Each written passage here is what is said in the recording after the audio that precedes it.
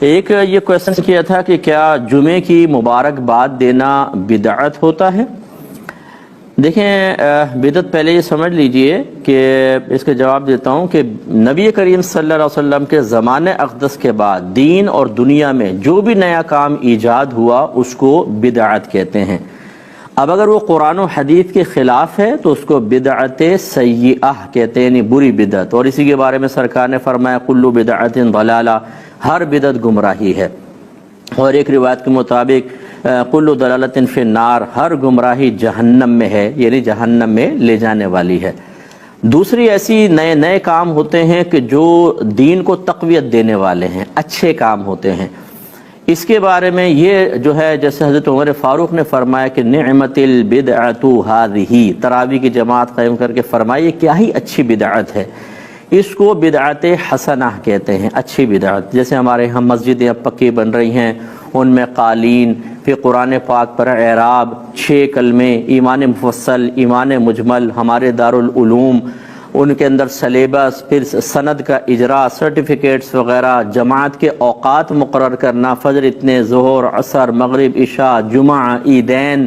یہ تمام کے تمام بدعات ہیں، لیکن بدعات حسنہ ہیں۔ اور تیسری قسم وہ ہوتی ہے کہ جو نہ گناہ نہ ثواب، نہ اسلام کے خلاف نہ اسلام کے موافق، اسے بدعت مباحہ کہتے ہیں۔ جیسے شیشے کے گلاس میں پانی پینا، بال پوائنٹ سے لکھنا، میرا یہ لباس پہننا، اس ڈیزائن کی ویسٹ کوٹ وغیرہ پہننا، یہ بدعت مباحہ کہلاتی ہیں۔ اب یہ جو جمعہ مبارک کہنا ہے یہ بدعت مباحہ ہے، یعنی اس کو حسنہ بھی نہیں کہیں گے۔ نبی کریم نے ایک دوسرے کو اس طرح مبارکباد نہیں دیتے تھے، لیکن یہ حدیث میں ضرور ہے کہ جمعہ، اللہ تعالیٰ نے جمعے کو مومنین کے لیے عید بنایا ہے،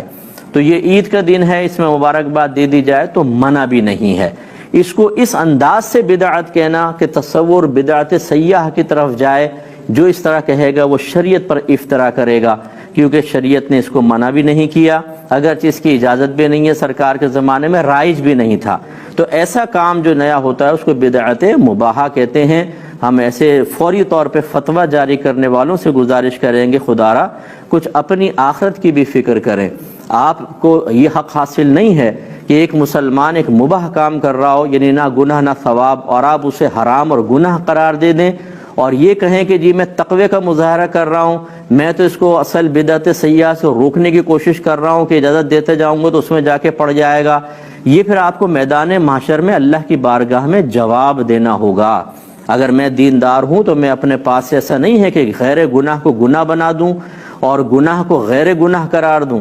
ہمیں دیکھنا ہوگا شریعت کیا کہتی ہے۔ تو جمعہ مبارک اگر لوگ کہہ رہے ہیں تو کہہ سکتے ہیں بالکل، اگرچہ سنت نہیں، لیکن یہ وہ بدعت گمراہی والی بھی نہیں ہے، بدعت مباحہ ہے، اس میں کوئی حرج نہیں۔ جو اس کو بدعت سیئہ کہے گا اس کو ہمارا چیلنج ہے کہ قرآن حدیث سے ثابت کر کے بتائے، انشاءاللہ نہیں کر سکتا، اور ہمیں پھر اس پہ خیال کرنا چاہیے۔ ایک بھائی نے پوچھا کہ گھر میں ایک ہی چیز کا سب کو استعمال کرنا یا سب کا اسے استعمال کرنا کیسا ہے، جیسے تولیہ ہے، کنگا ہے، صابن ہے۔ دیکھیں، تولیہ تو میڈیکلی پوائنٹ آف ویو سے، طبی نقطہ نگاہ سے نہیں کرنی چاہیے، بعضوں کی کھال سینسٹیو ہوتی ہے، بعضوں کی نہیں، بعض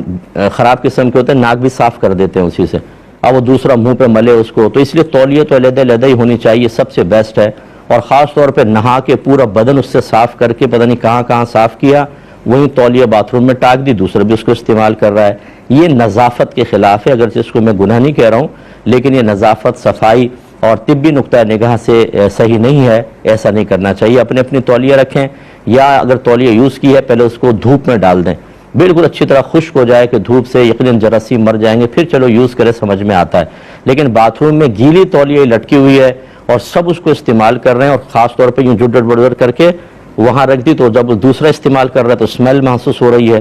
ایسے شریعت اس کو پسند نہیں کرتی۔